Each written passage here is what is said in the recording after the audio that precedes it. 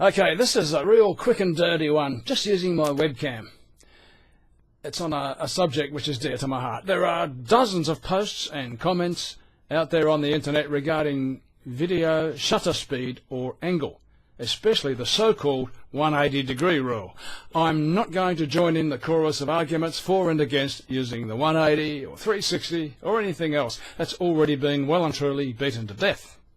But in all my research, I still haven't found any reference to two very important aspects, either because no one's thought of them or because I just haven't looked hard enough yet. So here they are, two key things. Number one, if a foreground subject moves across a real-life scene, the eye will naturally follow it because it's in the foreground, keeping that subject in focus, while the background then motion blurs because it's moving relative to the direction of your gaze. But if a camera is set on a tripod stationary to the scene, then the subject is motion blurred. Even if the camera is correctly focused on the subject, the eye will still follow it in the video, with possible unnatural results. We expect the subject to be sharp because we're following it, but it may appear too blurry or choppy, depending on the shutter angle. So what does this mean?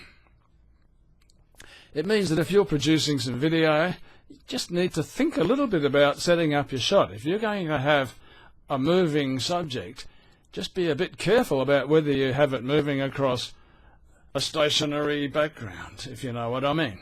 All right, that's enough on that one.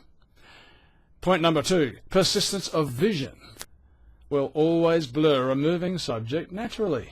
That's why the cinematic frame rate was 24 frames per second, so the 16th of a second trail caused by the human eye gives a smooth overlapping effect to your eye and your brain. A 360-degree shutter gives the closest apparent blur to what the eye sees naturally. Anything less, including 180 degrees, may give an unnatural chopping effect.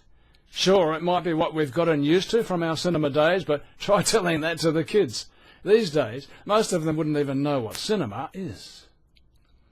And there you go. Oh, here's something you might want to play with. I had a play and didn't have much luck. You see, video doesn't have to have a dark side. You'll see what I mean later. To truly copy the cinematic look, you need 50 frames a second with every second frame black. Every second frame black. Right? Because the old-fashioned shutter was a disc. Half of it was open, half of it was closed. And even on playback, half of it was open and then half of it was black. You try doing that in the video. I've done it, but then you play it back, it all gets down to what the refresh rate is on your monitor. God, it gets complicated. Anyway, look, that's enough. If I've said enough to pique your interest, then if you haven't already subscribed, please do so. I love subscribers. And hit the like button and all that. You know the drill. See ya.